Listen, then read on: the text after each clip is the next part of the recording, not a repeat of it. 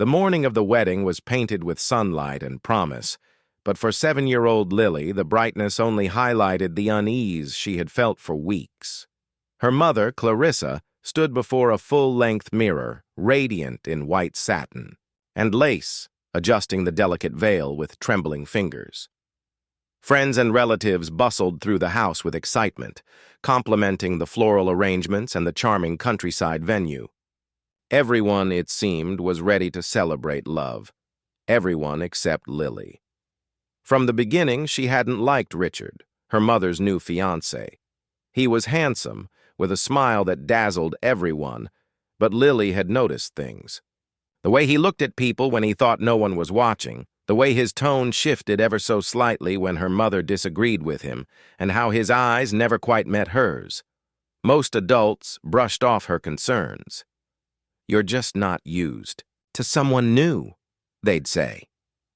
But Lily knew something was wrong. It had started subtly. One evening, when Clarissa was out, Richard had tucked Lily into bed. His voice had been soft, his hand resting too long on her shoulder. She didn't speak of it then, not even to her mother. But afterward, she kept her door locked at night, claiming she was afraid of the dark. Clarissa had fallen in love quickly. After years of heartbreak and loneliness, Richard had swept in like a fairy tale prince. He was charming, attentive, and generous. He brought gifts for Lily, dolls, books, a sparkling tiara she never wore, and told Clarissa she was the most beautiful woman he'd ever seen. He planned elaborate dates, cooked extravagant meals, and often told her how lucky they were to have found each other.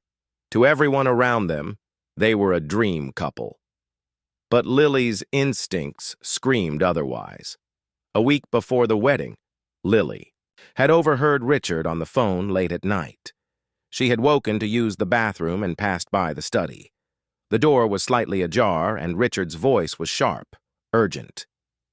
"Of course she doesn't know," he had snapped. "She trusts me completely. By the time she figures it out, it'll be too late." Those words had haunted Lily. Too late for what? She didn't understand everything, but she knew enough to feel afraid.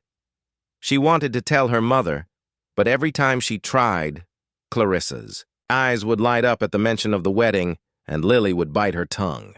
Her mother deserved happiness. Maybe she was wrong. Maybe it was just her imagination. But the unease grew. Richard's smiles seemed more forced. His moments alone with her became more frequent.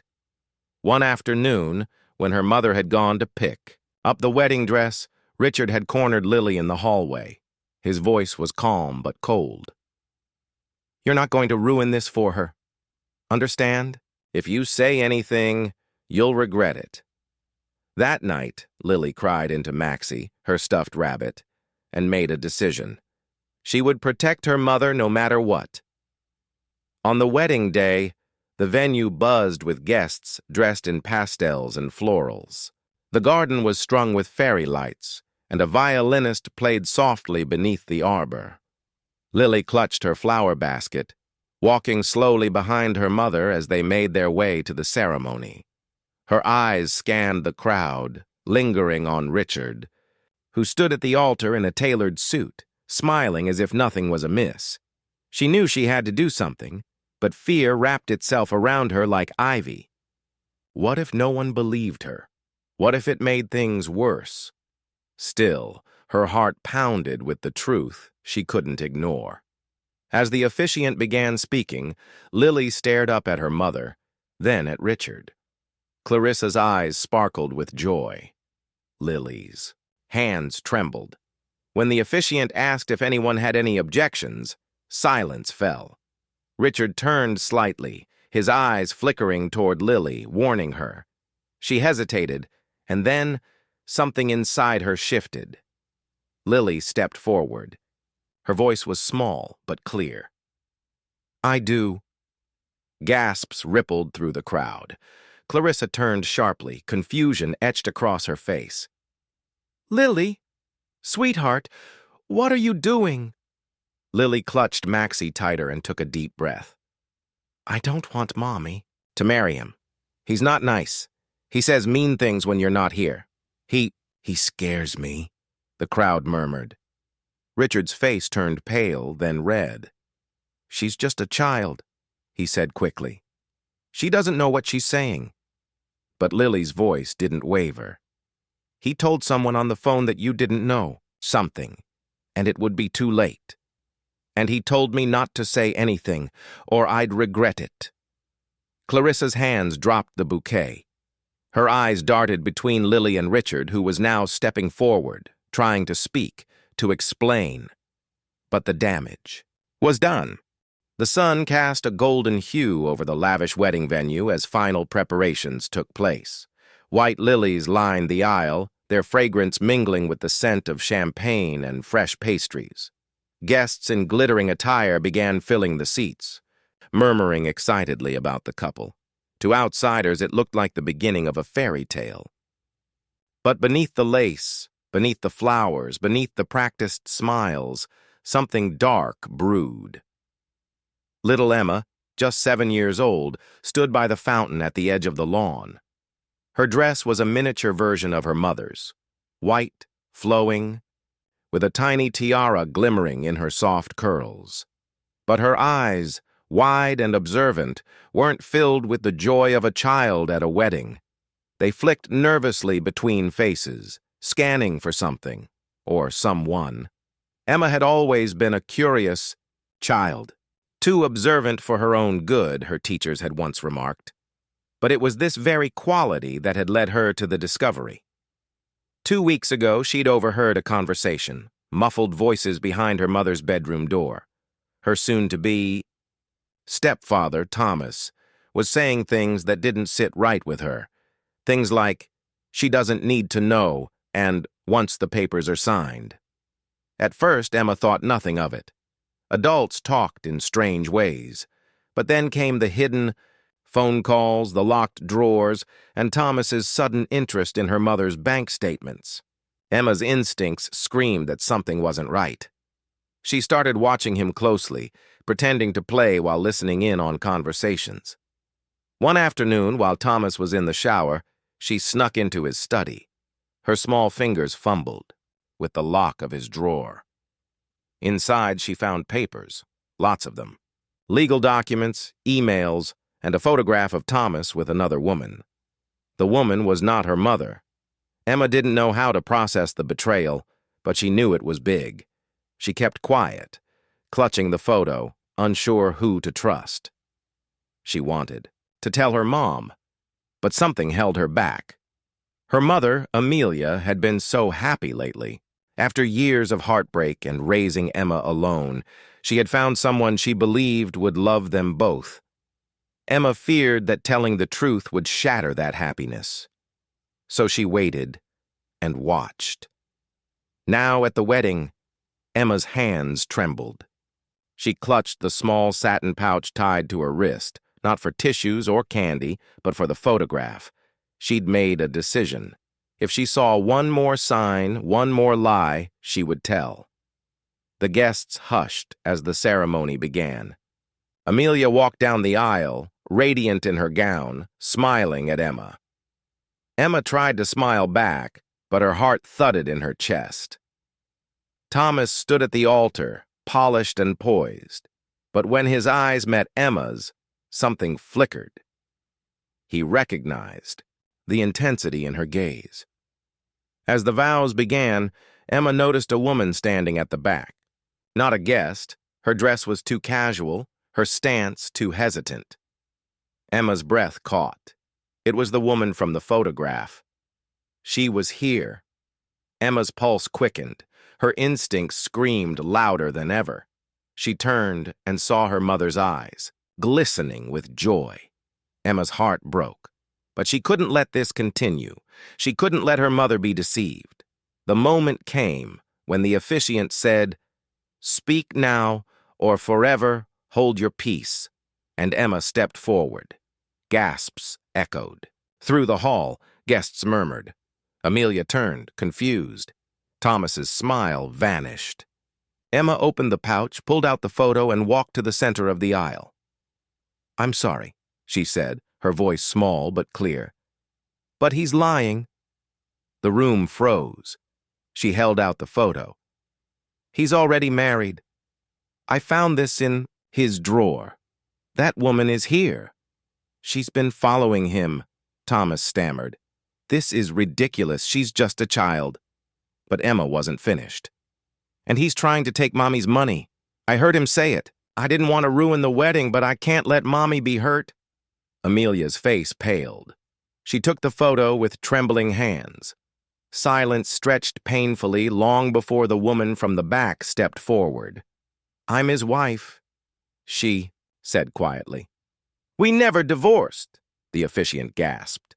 Guests began murmuring louder. Thomas tried to explain, to twist the story, but it was too late. The truth unraveled before everyone's eyes.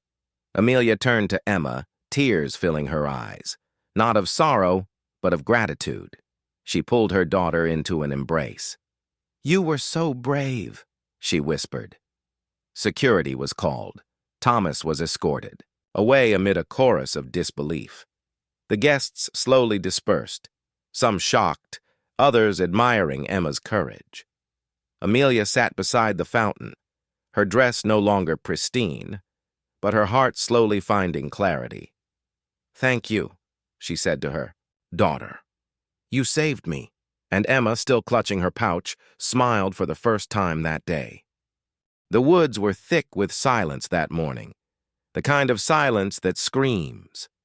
Mist clung to the ground like a veil, creeping through the trees and curling around every branch and leaf.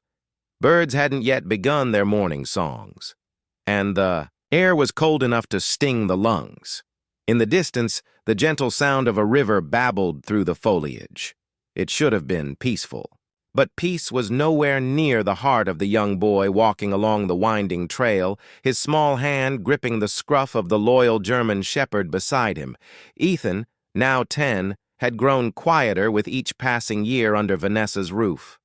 The torment had become routine, sharp words, cruel glances, manipulative whispers, yet his spirit, though bruised, had not broken. He endured it all for his father, who remained blind to the malice behind Vanessa's smiles. David still believed in the illusion of harmony, but Max, the dog with the amber eyes, saw everything.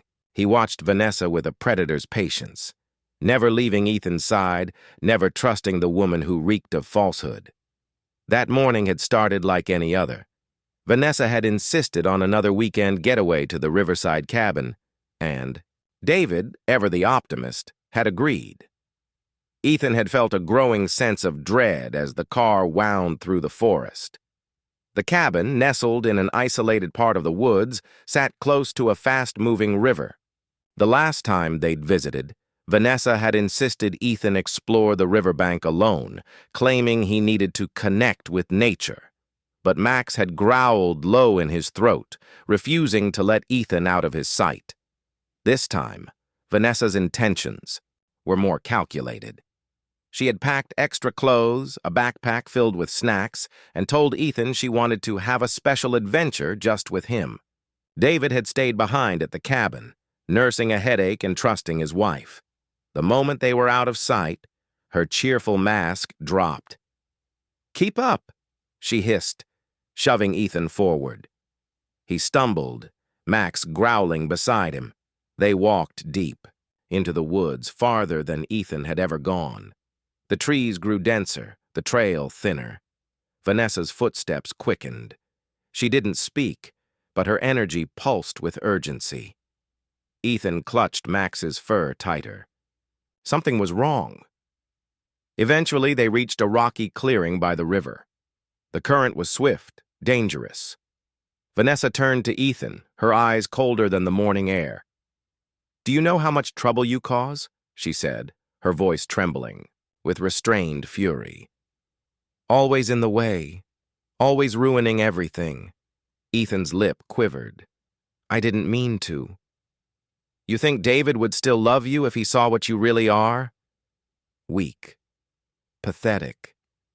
Max stepped between them, his body rigid, ears back, growl low and constant. Vanessa stepped forward. "That dog can't protect you forever." She lunged, But Max sprang into action. Teeth bared, he barked ferociously, snapping at her arm. She screamed, stumbling back and losing her footing near the riverbank.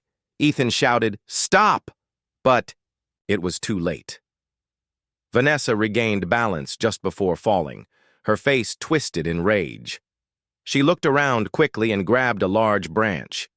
"I'll deal with you both!" She swung the branch toward Max.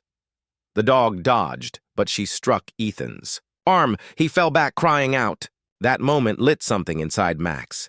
He leapt, catching her wrist in his jaws, forcing her to drop the branch. The momentum sent her tumbling backward, closer to the edge of the river. With a scream, she lost her footing entirely and plunged. Into the icy current, Ethan crawled to the edge, watching Vanessa struggle against the rapids. For a moment, guilt washed over him. "Should we help her?" he asked softly. Max looked at him, then at the river, then barked once, sharp and decisive. Vanessa was screaming, but the water was too strong. She disappeared under the current, her final shout drowned by the roaring river. Ethan sat stunned.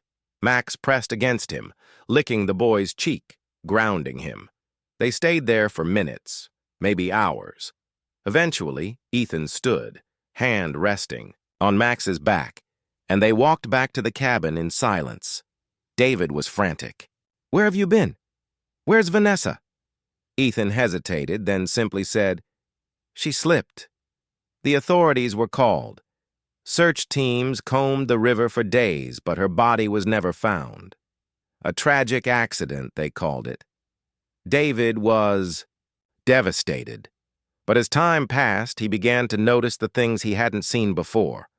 The fear in Ethan's eyes, the protective stance of the dog, the way Ethan flinched at sudden movements. He started piecing together a truth he had long ignored. He cried the night he realized how blind he'd been. He held Ethan close, whispering apologies, promising to never let anyone hurt him again. Max lay at their feet, eyes watching, always, guarding. Years passed.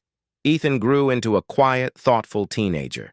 He often visited the riverbank, not out of trauma, but to remember the turning point, the day Max saved him not just from a monster, but from a future filled with fear.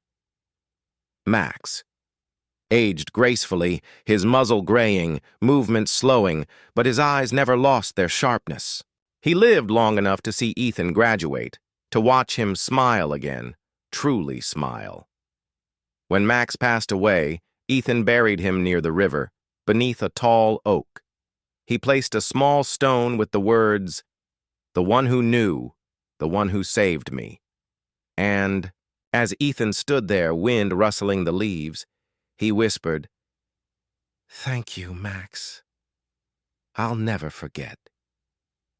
In that moment, the woods were not silent. They were full of peace, of memory, of gratitude. Because even though monsters may wear the warmest smiles, sometimes the truest guardian comes on 4 legs, with a heart braver than any human could ever imagine.